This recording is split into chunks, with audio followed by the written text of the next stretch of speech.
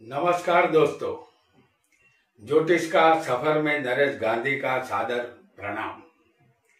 यह हमारा 252वां एपिसोड है जिसका नाम है ज्योतिष के अनमोल और अतल सूत्र। मेरे प्यारे दोस्तों, ज्योतिष शास्त्र एक अनोखा गूढ़ शास्त्र है।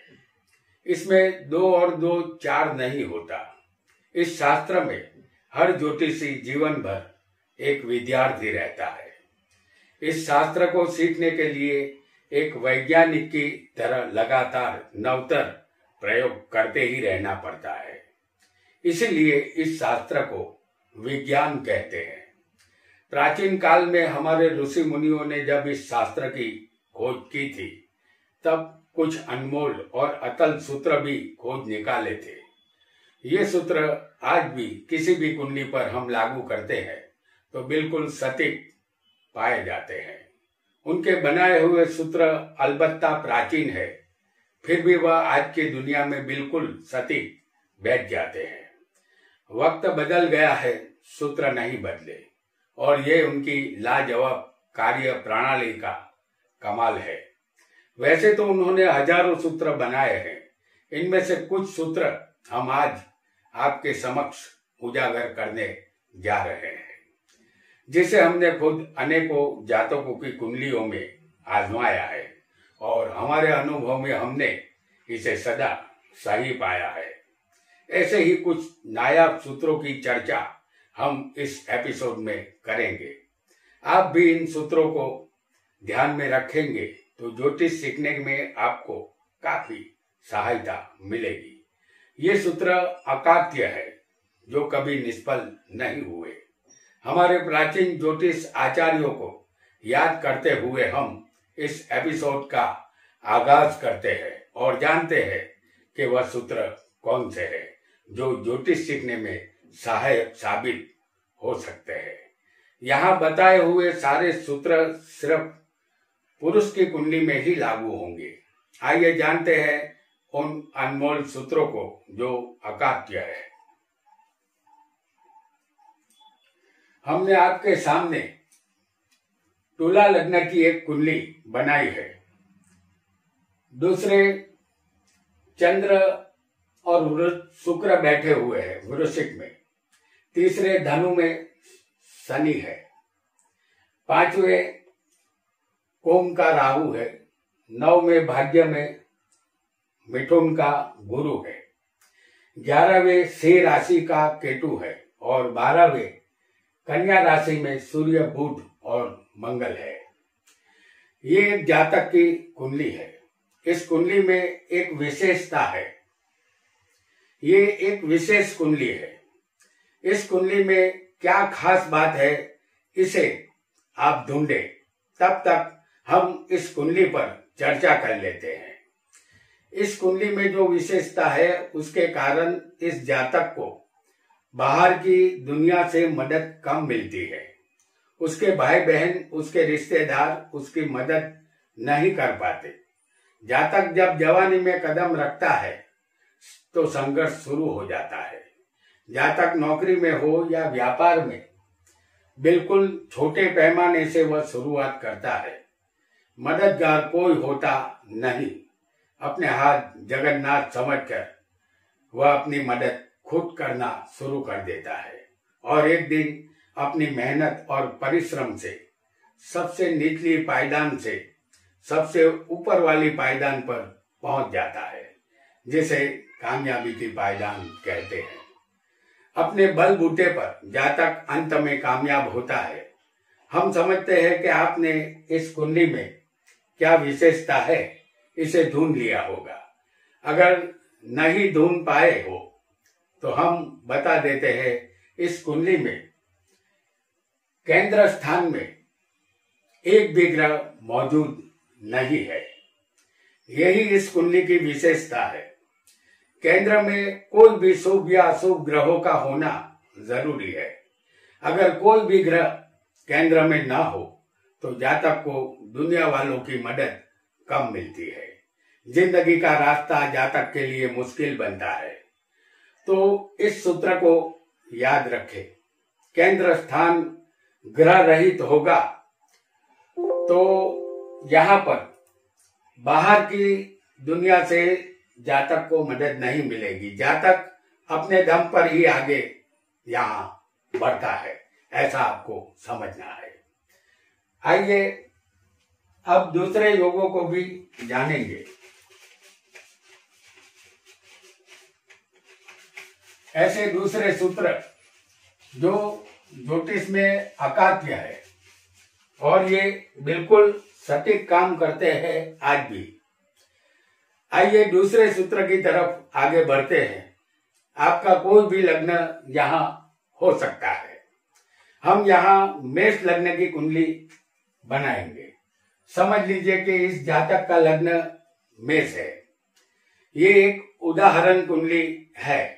इस कुंडली में 12वें के मालिक बनेंगे गुरु, क्योंकि 12वें स्थान में राशि गुरु की आएगी। तो इस कुंडली में 12वें के मालिक गुरु बनते हैं, जो यहाँ हमें मिलेंगे चौथे स्थान में। ये गुरु 12वें का मालिक होकर चौथे स्थान में होगा। आपकी कुंडली में गुरु की जगह कोई और ग्रह 12वें का मालिक बन सकता है। 12वें का मालिक अगर चौथे स्थान में होगा तो कितनी भी स्थावर संपत्ति क्यों न हो, मकान, बंगला, मोटर, गाड़ी, सब कुछ एक दिन चला जाता है। 12वां स्थान खर्चे का है, व्यय का है और घाटे का भी है। अगर 12वें का मालिक मकान, वाहन, दुकान और सुख के स्थान में चौथे आएगा, चाहे वो कोई भी ग्रह हो, तो सब कुछ खर्च हो जाता है। जातक अपनी बेवकूफी से एक दिन सब कुछ गंवा देता है। यहाँ एक बात ध्यान में रखें कि 12वें के मालिक चौथे होगा या चौथे का मालिक 12वें होगा, तब भी रिजल्ट एक जैसा ही मिलेगा। तो ये सूत्र याद रखें कि 12वें का मालिक चौथे नहीं होना चाहिए, अन्यथा स्थावर संपत्ति चली जाएगी। आइए एक और सूत्र को भी जानेंगे, और ये सूत्र है सप्तमेश मंगल हो। जैसे यहां हम आपके लिए सप्तमेश यहां मंगल बना हो, सप्तम स्थान ये है। अगर सप्तमेश मंगल हो और वो 12वें स्थान में बलवान बैठा हो, तो जातक अपनी पत्नी की पिटाई करता है, उसके साथ मारपीट करता है। तो यहाँ ये कुंडली वृषभ लग्न की होगी और यहाँ जो राशि आएगी सप्तम स्थान में वो होगी मंगल की, वृश्चिक राशि, और 12वें मंगल बैठा होगा मेष राशि में। हम आपके सामने वृषभ लग्न की कुंडली यहाँ प्रस्तुत कर रहे हैं। यह सूत्र सिर्फ वृषभ लग्न की कुंडली पर ही लागू होगा। हम सबको मालूम है कि बिना मंगल के किसी में भी हिम्मत नहीं आती, और मंगल युद्ध का देवता है। जहां मंगल है वहां हत्या, खून, मारामारी, दादागिरी, जल्दबाजी होती है। मंगल कार्य पहले करता है, सोचता बाद में है। और ऐसा मंगल जब सप्तम का मालिक बनकर 12वें आ जाता है तो ये स्थान लग्न से अंतिम स्थान होता है। पत्नी स्थान का मालिक जब अंतिम स्थान में जाता है तो जातक यहाँ अपनी पत्नी के साथ सारी हदें पार कर जाता है, और यह व्यय यानी खर्च का स्थान है। लिहाजा यहाँ तलाक की नौबत आ जाती है, पत्नी खर्च हो जाती है। आपको एक बात यहाँ ध्यान रखनी है कि आपकी कुंडली में या किसी की भी कुंडली में सप्तमेश कोई भी ग्रह बन सकता है। अगर वह 12वें हो तो पत्नी की पिटाई नहीं होगी। यहाँ आपको ये सूत्र याद रखना है कि अगर वृषभ लग्न होगा और 12वें मंगल मेष का होगा, बलवान, तो ऐसा जातक अपनी पत्नी पर हाथ अवश्य उठाता है और उसकी पिटाई कर देता है। नतीजा तलाक का सामना यहाँ करना पड़ता है, क्योंकि सप्तम इसका 6 हाथ 12वें जाना ये भी कोई अच्छी बात नहीं होती। आइए एक और योग को भी जानेंगे, एक और सूत्र। आइए एक और अनमोल सूत्र को जानेंगे। कोई भी लग्न हो, दूसरे स्थान में अगर सूर्य बैठा हो, आपका लग्न कोई भी हो सकता है, लेकिन सूर्य दूसरे स्थान में मौजूद होना चाहिए। तो ये सूर्य आपको पिता की संपत्ति से हक, हिस्सा या जायदाद नहीं देगा, या आप खुद उस संपत्ति का त्याग कर देंगे। यह स्थान धन, वाणी और कुटुंब का है। जहां सूर्य बैठा है, कुंडली में 9वां स्थान पिता का होता है, और 9वें स्थान से गिनने पर यह सूर्य 6ठे आता है। तो हम सब जानते हैं कि कुंडली में 6ठा स्थान शत्रु का है, और पिता के स्थान से सूर्य यहाँ 6ठे होने की वजह से पिता यहाँ जातक के साथ शत्रुता रखते हैं और उसे पिता की संपत्ति से हिस्सा नहीं मिलता। तो ये सूत्र याद रखे कि दूसरे सूर्य पिता की संपत्ति नहीं देता, या संपत्ति का जातक खुद त्याग कर देता है। आइए आगे बढ़ते हैं और एक नए सूत्र को भी जानेंगे। एक नए सूत्र को जानते हैं। ये सूत्र होगा कौन सा है, हम यहाँ मेष लग्न की कुंडली फिर एक बार आपके सामने बनाते हैं। आपकी कुंडली का कोई भी लग्न हो सकता है, आपको सिर्फ ये स्थान याद रखना है। भाग्येश यानी 9वें स्थान का मालिक, यहाँ इस कुंडली में भाग्येश बनेगा गुरु।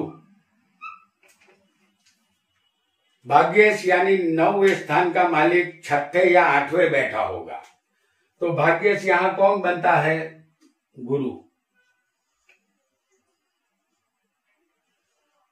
ये कन्या राशि होगी, यहाँ वृश्चिक राशि आएगी, और गुरु किसी को 6ठे 8वें 2 में से एक जगह हो सकता है।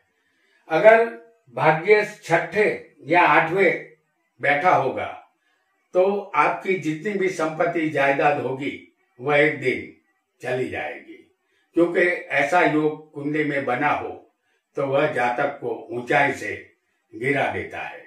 जातक यहाँ हिमालय से नीचे गिरा हो ऐसा महसूस करता है। उसके लिए गिरकर उठना बहुत मुश्किल हो जाता है।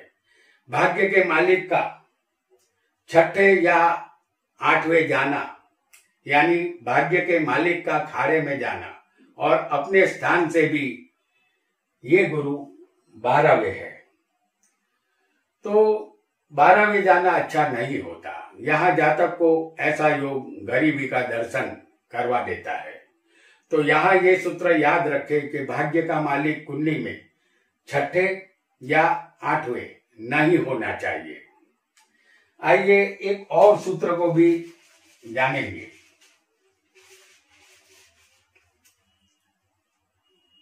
आपका लग्न यहाँ कोई भी हो सकता है। सप्तम में सूर्य हो या मंगल हो, जैसे हम आपको दिखा रहे हैं, सप्तम में सूर्य या मंगल। आपका लग्न कोई भी हो, सप्तम में सूर्य या मंगल या 2 में से एक ग्रह भी होगा तो जातक अपनी पत्नी का त्याग कर देता है। सूर्य और मंगल दोनों अग्नि तत्व वाले गर्म ग्रह माने जाते हैं। सूर्य सुबह पहले स्थान से उदय होता है, यहाँ उसके किरणों में ताजगी होती है। दोपहर 12 बजे सूर्य 10वें स्थान में होता है, वह प्रचंड गर्मी का एहसास कराता है। और जब शाम को जब दिन ढल जाता है तब 6 बजे वह 7वें स्थान में ये सूर्य आता है। तो उसके किरणों में कोई ताजगी नहीं होती, क्योंकि सूर्य यहाँ अस्त हो जाता है। इसी तरह मंगल सप्तम में जातक को मांगलिक बनाता है। यहाँ का मंगल पत्नी संबंधित शुभ फल नहीं देता, लग्न जीवन दुखी होता है। यहाँ यह सूत्र याद रखना है कि सूर्य या मंगल दो में से एक सप्तम में होंगे तो जातक अपनी पत्नी का एक दिन त्याग अवश्य करता है। पत्नी जातक को छोड़कर चली जाती है या दोनों इस स्थान में आकर लग्न जीवन को तहस नहस कर देते हैं। आइए एक और सूत्र को भी जानेंगे।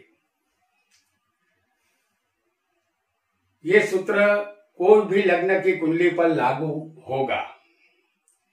पंचम में राहु होगा, जैसे हम आपको दिखा रहे हैं। राहु यहाँ किसी भी राशि का हो सकता है। अगर पंचम में राहु होगा और उसे कहीं से भी मंगल देखेगा, जैसे हम आपको बताते हैं कि मंगल की चौथी दृष्टि होती है और मंगल की सातवीं दृष्टि भी होती है और मंगल की आठवीं दृष्टि भी होती है। तो मंगल कहीं से भी बैठकर इस राहु को देखेगा तो जातक को संतान नहीं होती। राहु पंचम में होगा तो मंगल दूसरे स्थान से चौथी दृष्टि से इस राहु को देखता होगा और अगर मंगल 11वें होगा तो सातवीं दृष्टि पंचम स्थान पर आएगी और अगर मंगल 10वें होगा तो आठवीं दृष्टि इस राहु पर आएगी। अगर ऐसा योग किसी भी जातक की कुंडली में बनेगा तो उसे पिता बनने का सौभाग्य नहीं मिलता। राहु जहरीला नाग है और पंचम स्थान पूर्व जन्म का है। जातक के पूर्व जन्म के कर्म अनुसार किसी कारणवश जातक को संतान यहाँ नहीं होती। राहु नाग है तो मंगल नेवला है। ये दोनों एक दूसरे के दुश्मन है। कुंडली में भी ये दोनों दुश्मन का रोल प्ले करते हैं। तो ये सूत्र याद रखे कि पंचम में बैठे राहु को मंगल कहीं से भी देखेगा तो ऐसे जातक को संतान नहीं होती। आइए एक और सूत्र को भी यहाँ हम जानेंगे। आपकी कुंडली में कोई भी लग्न यहाँ हो सकता है। हम यहाँ उदाहरण लग्न मेष कुंडली का आपको देते हैं। 12वें का मालिक कोई भी ग्रह बना हो, जैसे इस कुंडली में 12वें के मालिक बनेंगे गुरु, तो 12वें के मालिक इस कुंडली में गुरु बनते हैं, जो उच्च के बैठे होंगे चौथे स्थान में। तो 12वें का मालिक अगर कुंडली में कहीं भी उच्च का बैठा हो तो 12वें का मालिक कुंडली में कोई भी ग्रह बना हो आपकी कुंडली में, लेकिन वो किसी भी स्थान में उच्च का बैठा हो तो आप कितने भी अमीर क्यों ना हो, एक बार आपको गरीबी का सामना जरूर करना पड़ता है। इसका कारण यह है कि 12वां स्थान व्यय, घाटा और विनाश का है। परिणाम स्वरूप जातक अपनी जिंदगी में कभी न कभी व्यापार में घाटे का सौदा करता है और उसके धन का विनाश हो जाता है। तो यहाँ ये सूत्र याद रखे कि 12वें का मालिक किसी भी स्थान में उच्च का होगा तो जातक एक बार गरीबी का सामना अचूक करता है। अब एक और सूत्र को भी जान लेते हैं। आपका कोई भी लग्न यहां हो सकता है और ये सूत्र है चंद्र से 10वें शुक्र का होना। इसे रति लालसा योग कहते हैं। चंद्र हमारा मन है। समझ लीजिए हमने चंद्र लग्न में दिखाया है, वो किसी भी स्थान में हो सकता है और चंद्र से गिनने पर अगर शुक्र 10वें स्थान में मौजूद हो, चंद्र कहीं भी हो सकता है आपको, लेकिन इससे गिनने पर शुक्र 10वें होना चाहिए। तो ये रति लालसा योग इसे कहते हैं। चंद्र हमारा मन है और शुक्र एक स्त्री ग्रह है। आपका चंद्र कुंडली में कहीं भी बैठा हो, चंद्र से गिनने पर शुक्र अगर 10वें मौजूद होना चाहिए। चंद्र मन है। जब हमारे मन में दिन भर स्त्रियों के विचार चलते रहेंगे तो मन पर हमारा काबू नहीं रहता। ऐसे जातक पर कामदेव का प्रभाव ज्यादा रहता है। ऐसा जातक मन चला होता है। रति लालसा ऐसे जातक में ज्यादा होती है। शुक्र काम वासना का कारक है। वह 10वें कर्म में होने से मन बहकता है। चंद्र के कारण और शुक्र के कारण कर्म बिगड़ते हैं। नतीजा जातक का चरित्र शंकास्पद बनता है। वह विश्वास करने योग्य नहीं रहता। जातक बुरे रास्ते पर फिसलता चला जाता है। वासना की आग उसे कहीं का नहीं रखती। आप इस सूत्र को हमेशा याद रखें कि चंद्र से 10वें शुक्र होगा तो जातक रति लालसा में लिप्त रहता है। आइए एक नए सूत्र को भी जानेंगे। हमारा अगला सूत्र है, सप्तमेश पंचम में होगा तो लग्न जीवन एक दिन बन जाता है जुआ। यहाँ हम मेष लग्न की कुंडली आपके लिए लाए हैं और यहाँ सप्तमेश बनता है शुक्र जो पंचम में होगा। आपका सप्तमेश कोई भी ग्रह बन सकता है। हमने यहाँ उदाहरण कुंडली रखी है। इस कुंडली में सप्तमेश शुक्र बनता है जो पंचम में होगा। आपकी कुंडली में सप्तमेश कोई और ग्रह बनेगा जो पंचम में होना चाहिए। पंचम स्थान विद्या, प्रेम, संतान, जुआ, सत्ता, लॉटरी, शेयर बाजार, मंत्र साधना का है। यह स्थान अनिश्चित बाबतों का स्थान है। जातक पढ़ लिखकर विद्या प्राप्त करना चाहता है, लेकिन वह किस लेवल तक पढ़ पाएगा ये तय नहीं है। समझ लीजिए किसी को किसी लड़की से प्रेम हो गया, लेकिन वह लव मैरिज कर पाएगा ये तय नहीं है। इंसान शादी कर लेता है लेकिन संतान होगा ही यह बात तय नहीं है। जुआ, सत्ता, लॉटरी या शेयर बाजार जिसमें हम जीत पाएंगे ये बात भी तय नहीं है। जुआरी आज जीतता है तो कल सब कुछ हार जाता है। सत्ता या लॉटरी में हमारा नंबर लगेगा ये तय नहीं है। शेयर बाजार के भाव कब नीचे गिरेंगे और कब ऊपर आ जाएंगे ये तय नहीं है। और मंत्र साधना में हम कितना भी जप कर ले, लेकिन हमें हमारे इष्ट देव के दर्शन होंगे ये तय नहीं है। पांचवा स्थान जुए का स्थान है और सप्तमेश जब पांचवे आ जाएगा तो जिंदगी बन जाती है एक जुआ और जुए में कोई जीत नहीं सकता। आज जीते हैं तो कल हमारी हार तय है। यहाँ ये सूत्र याद रखे कि सप्तमेश पांचवे होगा तो शादीशुदा जीवन बन जाएगा जुआ। आइए अब एक और सूत्र को भी जान लेते हैं। आपका लग्न यहाँ कोई भी हो सकता है। अगर 8वें स्थान में आपको बुध अकेला होगा तो आप बनेंगे जोरू का गुलाम। बुध को 9 ग्रहों में युवराज का पद हासिल है। युवराज यानी 10 या 12 साल का लड़का। छोटा लड़का हमेशा अपने माता पिता की उंगली पकड़कर चलता है।